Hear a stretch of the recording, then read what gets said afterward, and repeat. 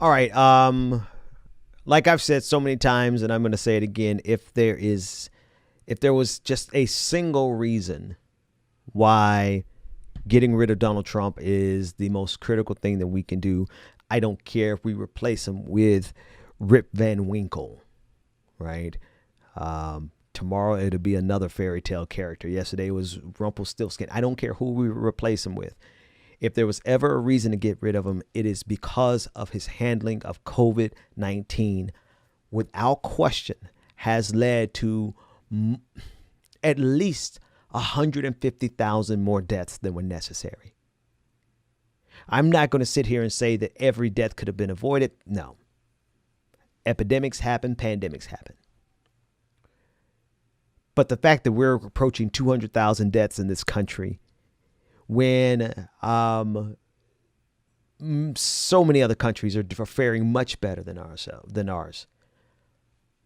And it's a direct result of the politicization of COVID-19, the politicization of wearing a mask. Something simple as wearing. We can't even get people to wear a mask. I mean, they literally are going into Walmarts and having meltdowns because they're being told they either have to wear a mask or they have to leave. And that's because of the politicization of it. And that stems directly from Donald Trump.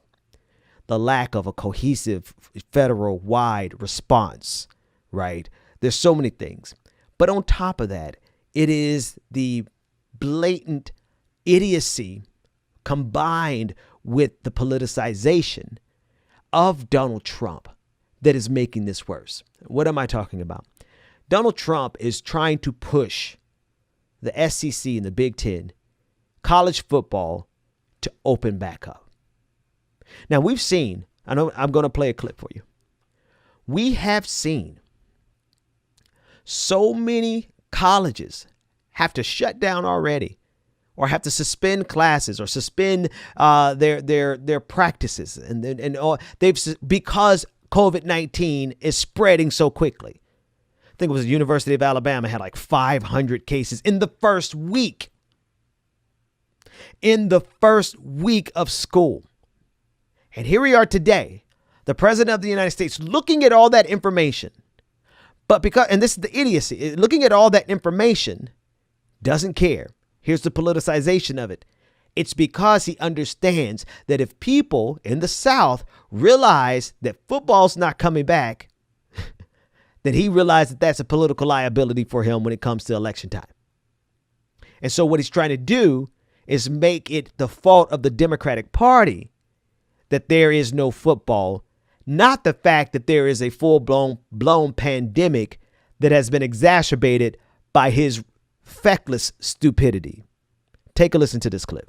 Evan Warren, and I think it was very productive about getting Big Ten playing again and immediately, and let's see what happens. He's a great guy. It's a great conference, tremendous teams, and we're pushing very hard. I think the biggest headwind we have is that you have Democrats that don't want to see it happen, but I think they want to play, and the fans want to see it, and the players have a lot at stake, including possibly playing in the NFL. You have a lot of great players in that conference. So we had a very good conversation, very productive, and maybe we'll be very nicely surprised. They had it closed up, and I think they'd like to see it open, along with a lot of other football that's being played right now. So thank you very much, and thank you to Kevin. So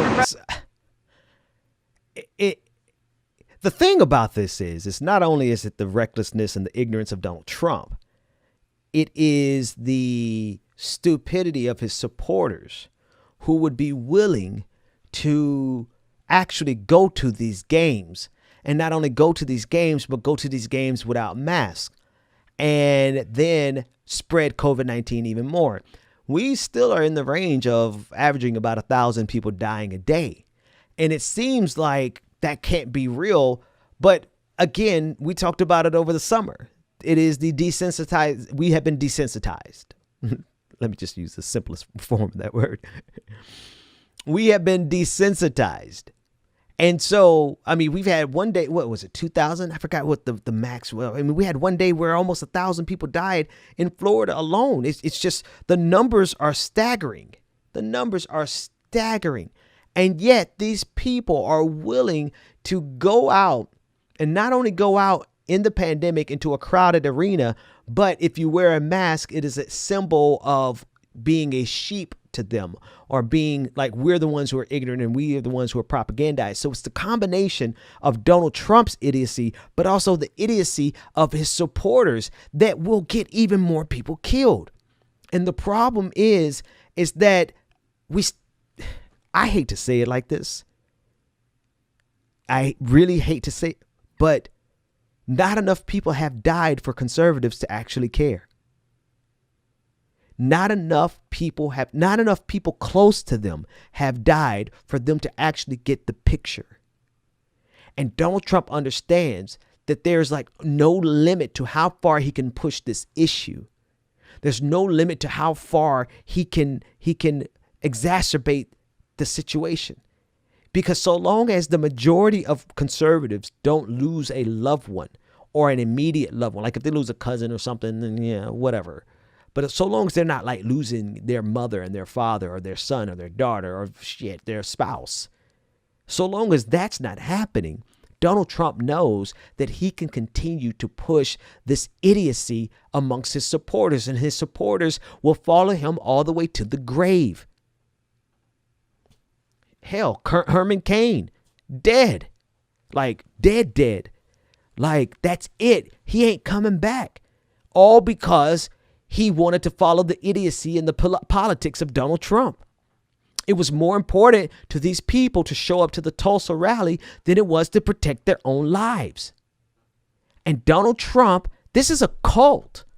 Like, this is not even a funny ha-ha kiki kind of cult. This is a death cult. This is a cult where not only are they willing to die themselves, forgive me, let me set that up so it has a little more impact. And let me finesse that. This is a death cult.